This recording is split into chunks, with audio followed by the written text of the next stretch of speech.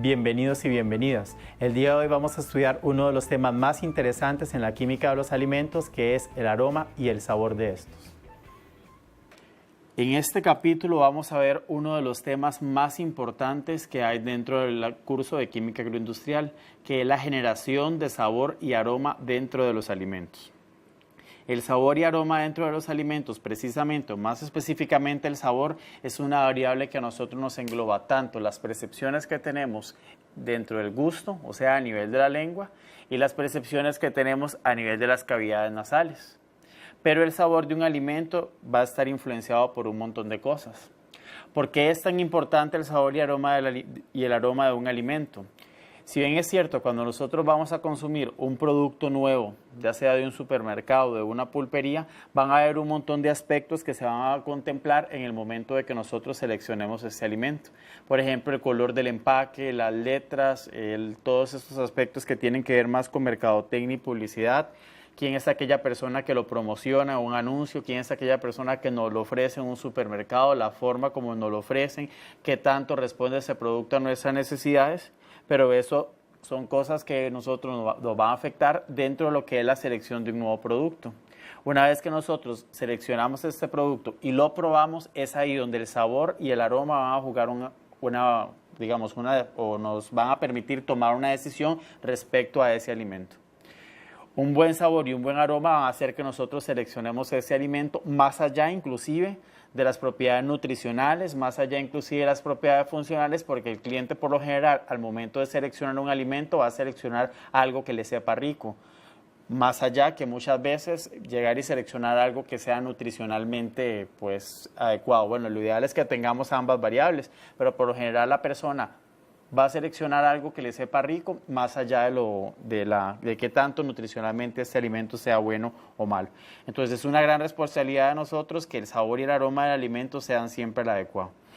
Entonces, como lo acabamos de decir, un buen empaque no siempre nos asegura más bien a nosotros una buena aceptación. Porque una vez que nosotros llegamos y tenemos un buen empaque, ¿verdad? La persona llega, compra este producto y si a la persona no le gusta, este va a ser un cliente más que nosotros perdemos o un cliente, más bien si le gusta, un cliente más que nosotros ganamos. Entonces es importante que nosotros veamos eso. Los compuestos que nos generan el aroma y los compuestos que nos generan el sabor son dos compuestos bastante diferentes entre ellos.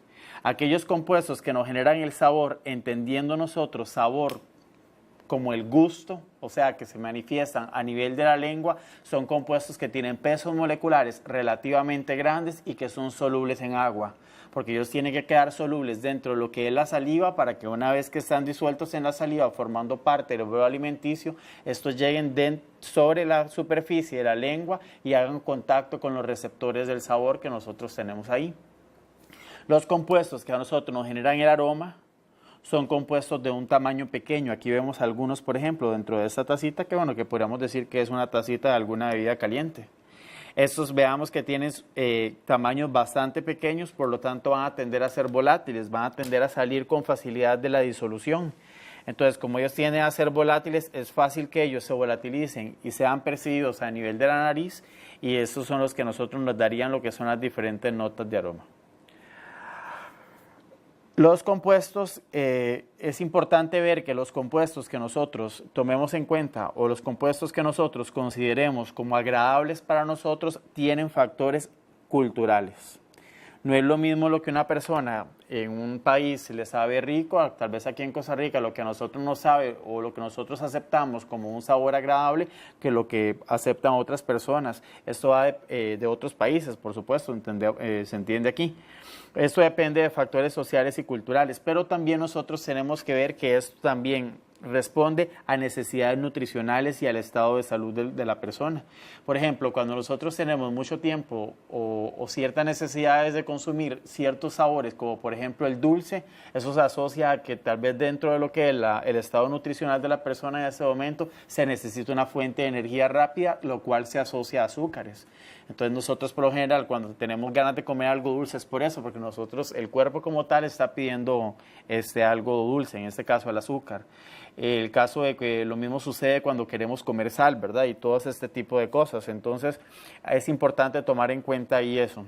Además, desde el punto de vista digámoslo así, de los sabores, es importante ver, por ejemplo, que por lo general vamos a asociar los compuestos dulces con generación de energía, con azúcares, con fuentes de energía inmediata, mientras que, por ejemplo, otros gustos o sabores que nosotros podemos percibir, por ejemplo, el sabor amargo, por lo general nosotros lo vamos a asociar a cosas que son tóxicas, a cosas que no son lo que andamos buscando comer, ¿verdad? Ahí hay una variable bastante importante que considerar. Otras cosas que tenemos que ver es que, bueno, actualmente se está trabajando mucho dentro de lo que es la investigación de sabores y aromas. Y esta investigación de sabores y aromas se está yendo dentro de lo que es la escogencia de sabores y aromas que sean de origen natural, porque ahora está de moda bastante eso, ¿verdad? Preferencia por lo natural, que lo asociamos con alimentos que son más fácilmente digeribles, que tienen menos efectos dañinos sobre el organismo de nosotros. Entonces es importante ver que esta es un área que se está ampliando bastante dentro de lo que es la investigación. Y además considerar en los alimentos al momento de formularlos el aspecto ético. O sea, que el uso de sabores y aromas, si los tenemos que utilizar en algún momento de forma agregada a los alimentos, no sea para enmascarar defectos. Por ejemplo, que sea para enmascarar una materia prima de mala calidad, que nosotros utilizamos un aroma para que el cliente piense que las cosas están bien, ¿verdad?, dentro del alimento, pero en realidad no se encuentran, el alimento no cumple las condiciones adecuadas. Ahí entraríamos dentro de lo que es un aspecto ético bastante negativo, y es importante que nosotros no caigamos como formuladores de alimentos en algún momento en eso. Dentro de lo que es la masticación, bueno, que es básicamente el primer contacto que tiene la persona con el alimento, el momento donde se lo echa a la boca y esa persona lo empieza a masticar, ocurren diferentes cosas. Primero que todo, tenemos que considerar que para la industria de los alimentos no hay nada, o una de las cosas peores que puede suceder en un alimento es que un alimento un día sepa una cosa y el otro alimento el otro día sepa otra. Hay gente que tal vez no va a lograr percibir diferencias en los sabores tan notablemente como otras personas, pero hay personas que sí, que van a lograr decir, este producto antes venía pues más dulce, ahora me sabe más ácido, ¿verdad?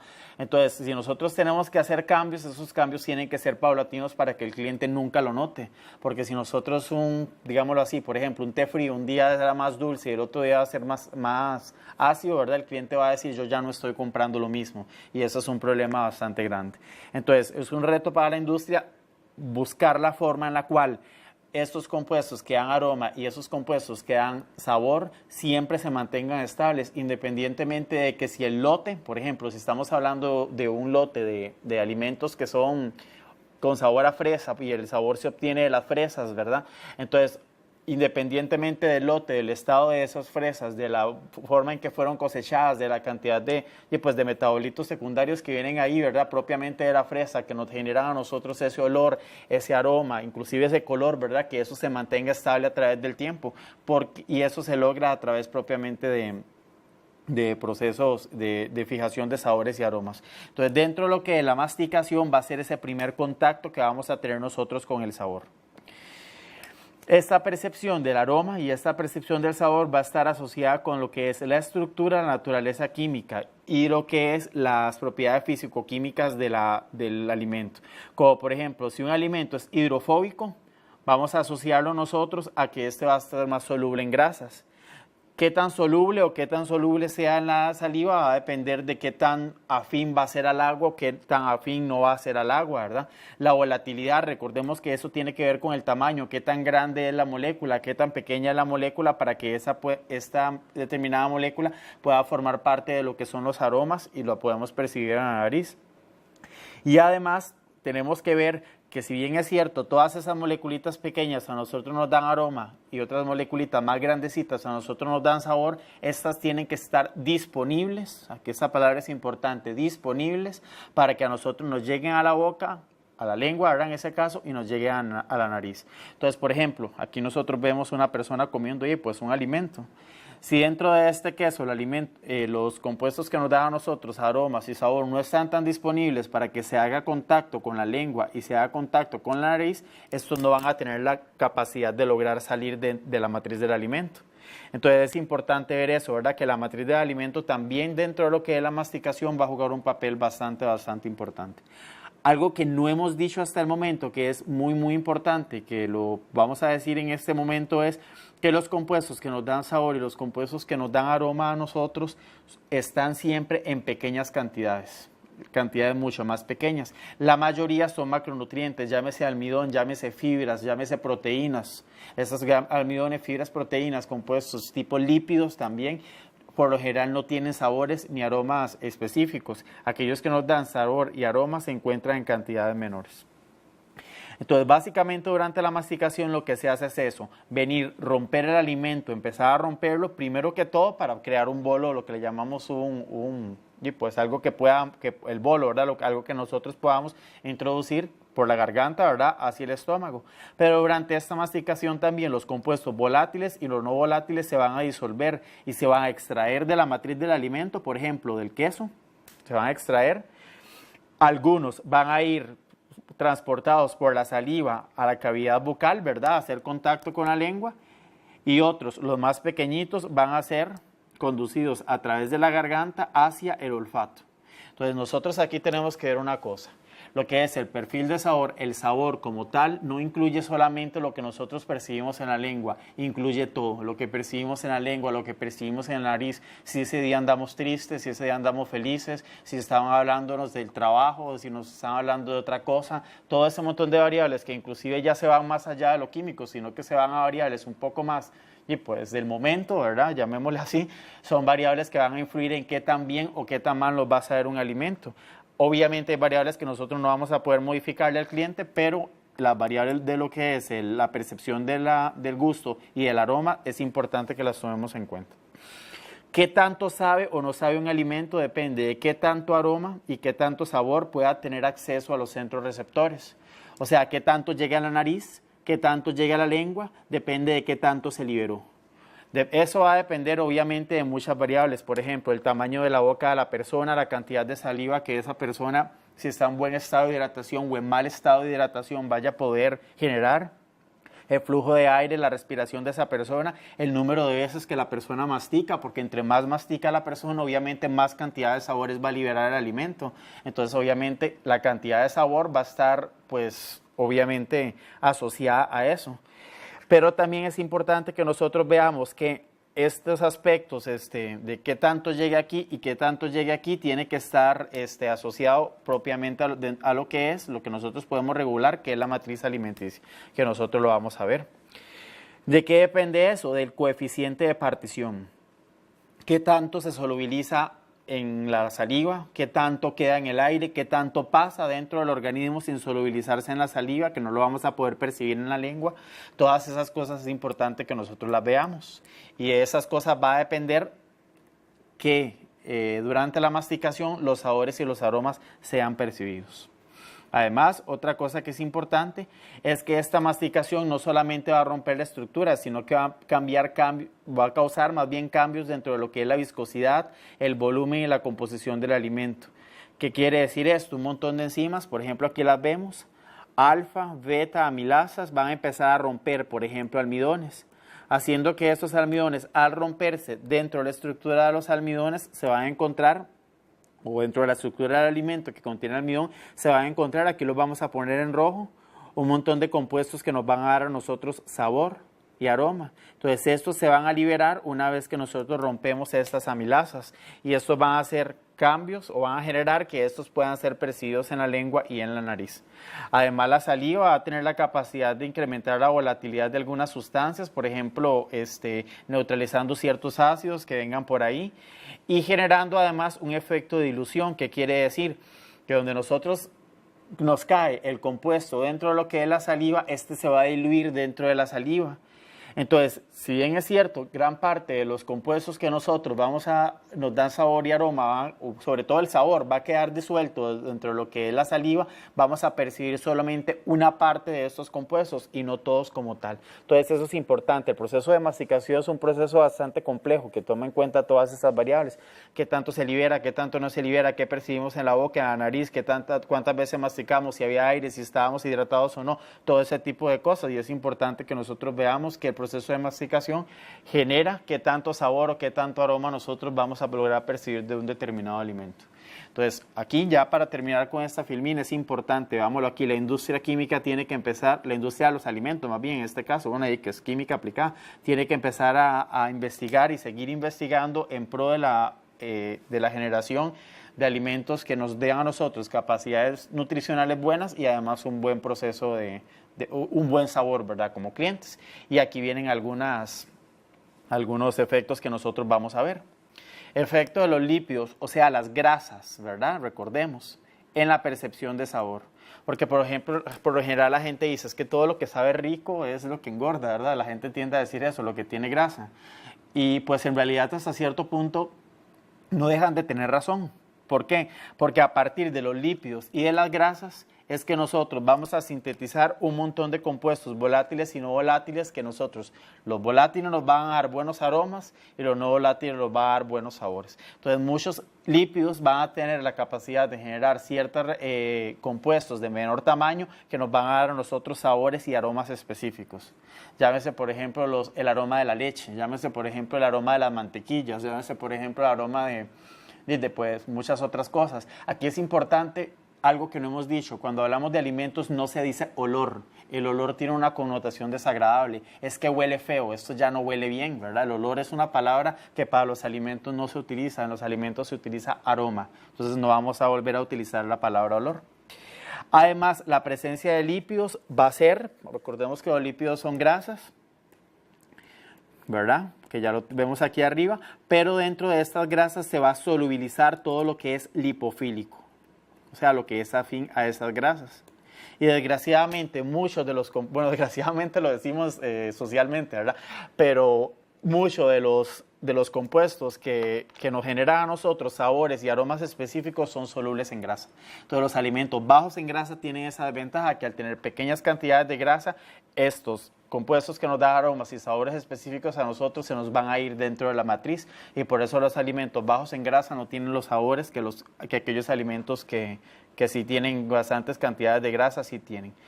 Ahí lo que tenemos que hacer es recurrir a ciertas características, como por ejemplo la necesidad de utilizar saborizantes encapsulados, aquellos que tengan liberación más prolongada, que ustedes los van a ver en otros cursos o pueden investigar de ellos fuera de aquí, de esta presentación, que serían alternativas que nosotros podríamos utilizar en el momento de preparar compuestos o alimentos bajos en grasa que queremos que tengan las características parecidas. Además, a reducir el contenido en lípidos, entonces nosotros vamos a esperar que todos estos compuestos se volatilicen con mayor facilidad.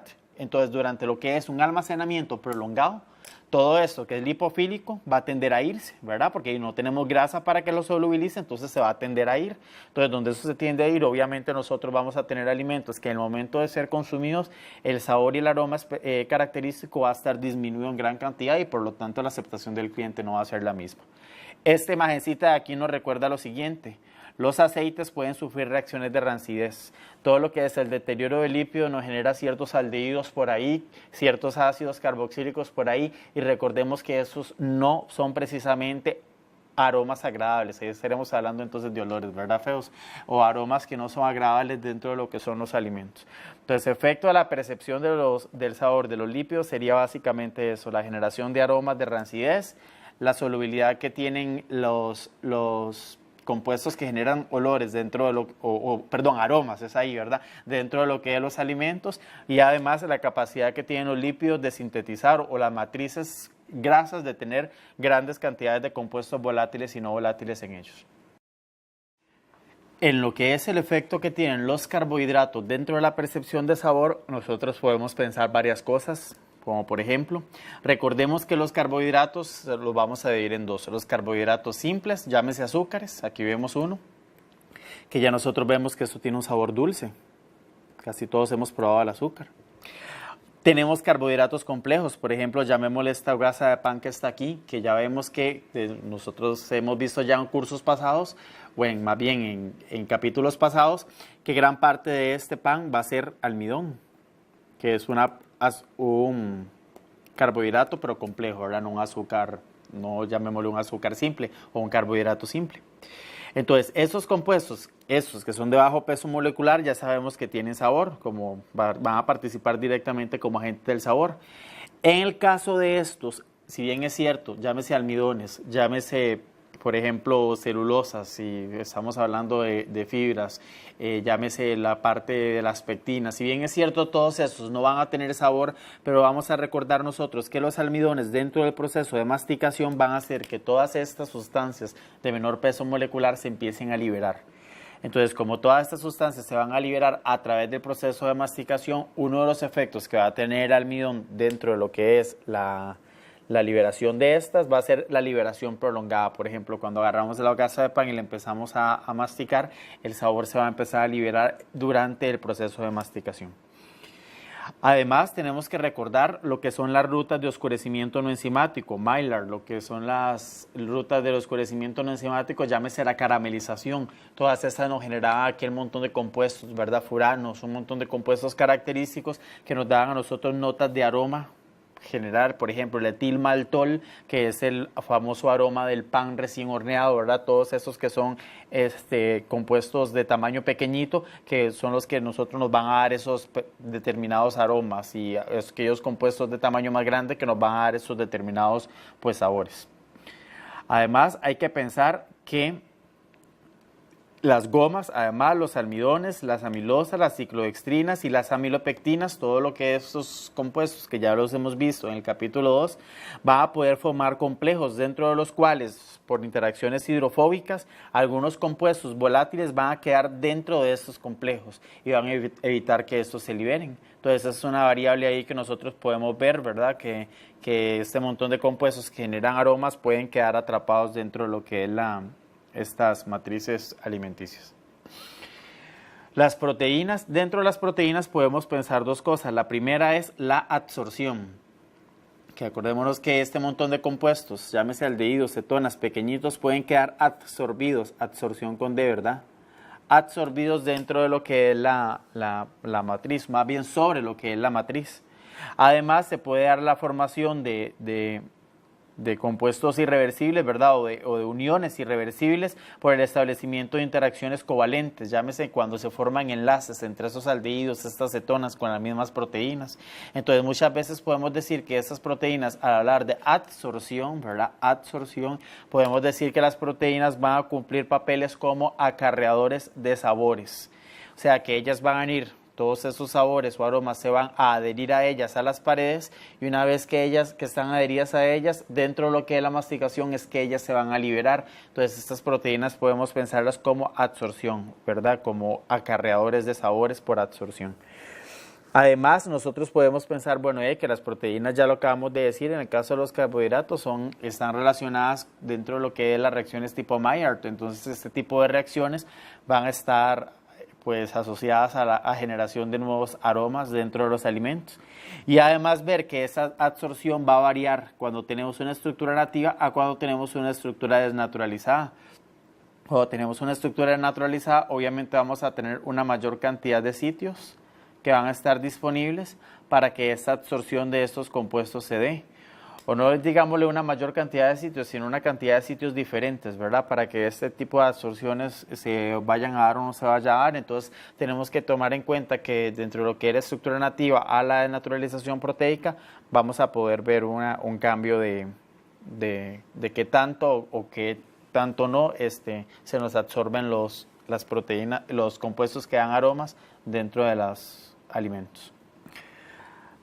Otro aspecto que no hemos considerado hasta el momento, aparte de la masticación, aparte del papel de los lípidos, de las proteínas, es los materiales de empaque. El material de empaque va a estar directamente relacionado a lo que es el sabor y el aroma, sobre todo el aroma de los alimentos.